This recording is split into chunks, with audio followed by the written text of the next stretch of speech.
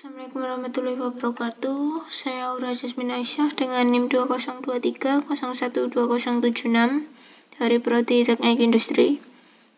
Di sini saya akan mempresentasikan buku saku K3 saya dengan nama perusahaan PT Jati Furniture. Di sini terdapat 9 halaman, yaitu halaman pertama berisi tentang kata pengantar yang berisi tentang tujuan buku saku ini dibentuk. Lalu pada halaman kedua sampai halaman ke-8 terdapat unit pertama sampai unit ke-7. Lalu pada halaman terakhir, pada halaman ke-9 terdapat poster dan rambu-rambu K3. Kata pengantar di sini adalah tentang tujuan mengapa buku saku ini dibentuk, yaitu adalah berharap untuk seluruh tim dari mulai operator, teknisi hingga manajemen dapat memahami tanggung jawab K3 sesuai dengan peran masing-masing, menerapkan langkah praktis mencegah kecelakaan dan penyakit akibat kerja, dan berkontribusi aktif dalam pelaporan bahaya dan perbaikan berkelanjutan. Di sini pada unit pertama yaitu peraturan perundang-undangan K3 di industri furniture, PT Jati Furniture sendiri sudah menetapkan peraturan perundang-undangannya seperti Undang-Undang Nomor 1 Tahun 1970 tentang Keselamatan Kerja, Peraturan Pemerintah Nomor 50 Tahun 2012 tentang penerapan Sistem Manajemen Keselamatan dan Kesehatan Kerja atau SMK3. Lalu ada Peraturan Menteri Ketenagakerjaan dan Transmigrasi Nomor 26 Menteri 2014 tentang penyelenggaraan penilaian penerapan SMK3. Lalu ada ketidaksesuaian peraturan perundang-undangan K3 Furniture sendiri, yaitu seperti tidak mematuhi persyaratan hukum K3 seperti peraturan perundang-undangan K3 yang sudah ditetapkan pada PT Jati Furniture sendiri. Contohnya seperti mesin yang beroperasi tanpa pelindung, debu kayu yang berlebihan tanpa sistem ventilasi, pekerja yang tidak dilengkapi dengan APT saat finishing, tidak adanya pelatihan K3 yang diwajibkan meski sudah diwajibkan. Di sini dapat diinformasikan melalui form laporan temuan hasil inspeksi, audit atau laporan pekerja, melalui notulen rapat P2K3 atau rapat manajemen, dan secara langsung melalui pengumuman internal, email, atau papan informasi K3. Lalu pada unit kedua yaitu menyelesaikan masalah K3 secara efektif. Langkah-langkahnya sendiri adalah yang pertama, menganalisis masalah K3, yang kedua menyusun tindakannya. Tindakannya di sini dibagi menjadi dua. Yang pertama adalah korektif dan preventif. Lalu ada langkah selanjutnya adalah menunjuk penanggung jawabnya, dan yang terakhir adalah menetapkan jadwal dan evaluasinya. Teknik yang digunakan adalah yang pertama adalah teknik analisis akar masalah. Yang pertama ada root cause analysis atau RCA. Yang kedua adalah 5 why teknik. Lalu ada teknik lainnya adalah teknik pengendalian resiko. Di sini PT Jati Furniture menggunakan metode HIRAX.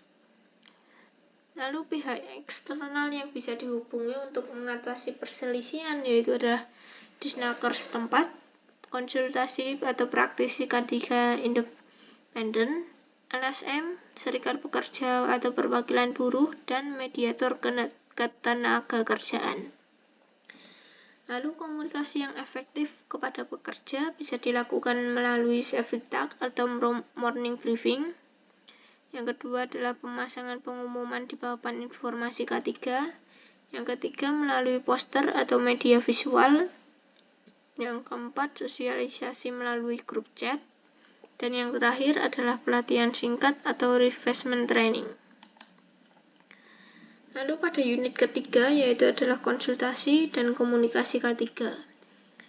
Tukar informasi di sini bisa melalui formal dan informal. Mekanisme konsultasinya bisa melalui komite K3 atau P2K3, perwakilan K3 atau serikat kerja, inspeksi secara bersama, pelaporan bahaya, dan pertemuan rutin. Partisipasi stakeholder-nya sendiri adalah sosialisasi K3 seperti briefing pagi, poster, dan pelatihan, Masukan pekerja bisa dimasukkan melalui kotak saran, kuesioner, dan forum dialog. Lalu keterlibatan keputusan seperti pemilihan APD dan jadwal pelatihan. Komunikasi di sini harus dua arah, yaitu manajemen dan pekerja harus saling mendengarkan, proaktif dan berkelanjutan.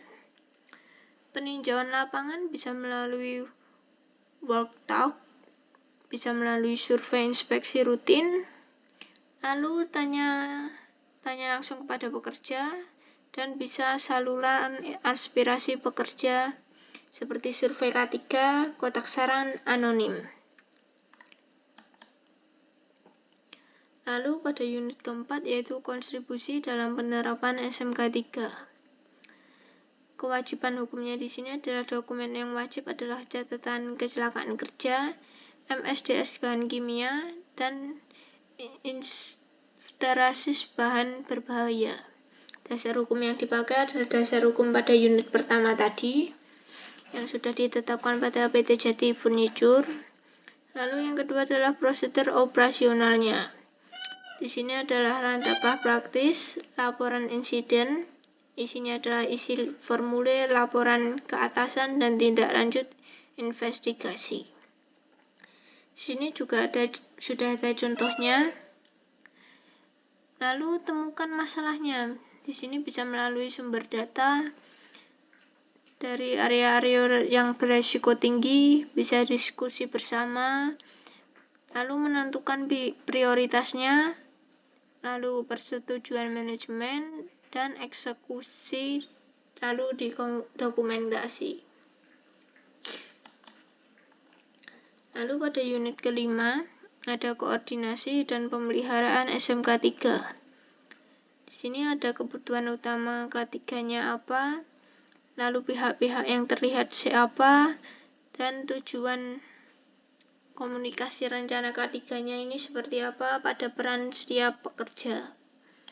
Tujuan utama K3-nya sendiri sudah dijelaskan di sini. Lalu terdapat indikator kinerjanya, rekomendasi implementasinya, dan tips yang bisa digunakan. Lalu pada unit ke-6 yaitu menerapkan prinsip-prinsip manajemen dan resiko. Di sini adalah pengendalian risiko di tempat kerja, bisa melalui peralatan, lingkungan kerja, organisasi kerja, prosedur pekerjaan, individu atau operator, frekuensi pajanan, jumlah pekerja terpajan. Lalu standar evaluasi pengendalian risikonya adalah dasar evaluasinya adalah perundangan, norma K3, standar industri, praktik industri, dan pengetahuan terkini.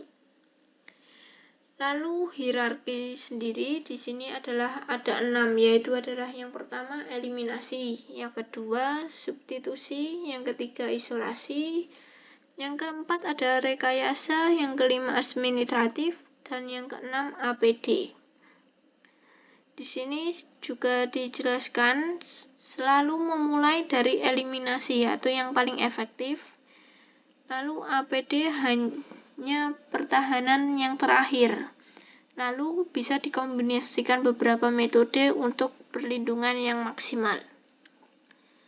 Lalu di sini juga ada peran ahli K3 untuk industri furniture, tepatnya pada PT Jati Furniture sendiri, yaitu ada sistem manajemen K3 untuk mendeteksi bahaya, penyusunan prosedur, edukasi karyawan, analisis kecelakaan, kesiapan darurat, dan evaluasi berkala.